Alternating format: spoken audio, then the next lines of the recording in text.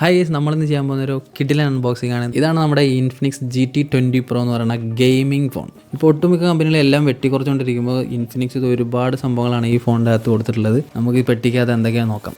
ആദ്യം തന്നെ അതൊരു വലിയ ബോക്സ് ഉണ്ട്. ഇതെന്തായാലും ഫോണിൻ്റെ ബോക്സ് ആയിരിക്കും എന്ന് വിചാരിക്കാം.